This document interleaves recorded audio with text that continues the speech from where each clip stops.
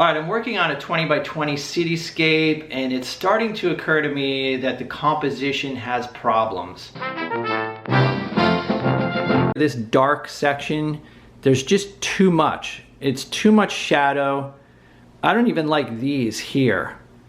So I'm just kind of toying with the idea of removing part of the panel, just cutting it with the saw.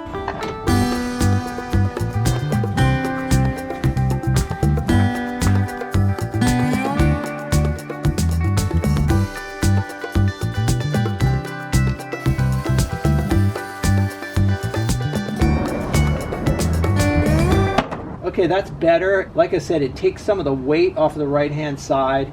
It puts the Transamerica building here closer to being on a third for rule of thirds. This kind of bothers me over here. Almost want to just kind of eliminate, paint over this and have more of a view of the bay.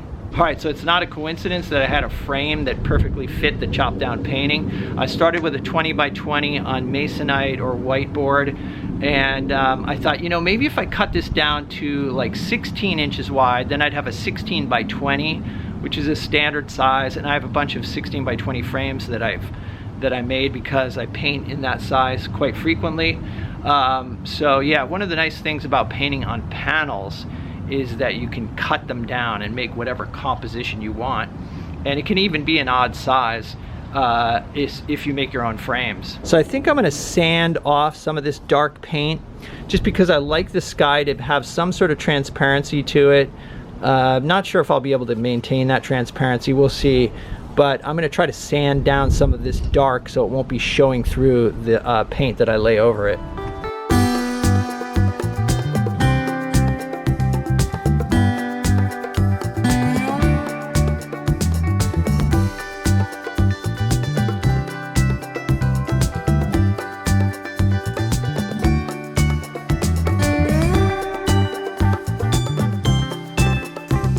Alright, so I took the buildings out on the left-hand side, but then I put them back in, but smaller. I kind of like being able to see more of the bay, but I didn't want it to kind of just run off the edge. So having some buildings on this side, I think looks good.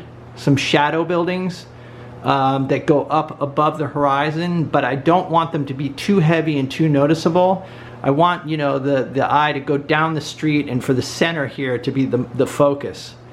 So I'll live with this for a few days and see how I feel about it. All right, so when I first started painting, if a painting didn't work out, I would just paint over it or put it away in a box somewhere, try not to think about it. But as I gained more experience, I started experimenting with those failed paintings to see if I could make compositional changes that would result in a good painting. And what I first started doing was I'd take a picture of the painting with my phone, and then I'd play around with the crop tool until I came up with something that I liked.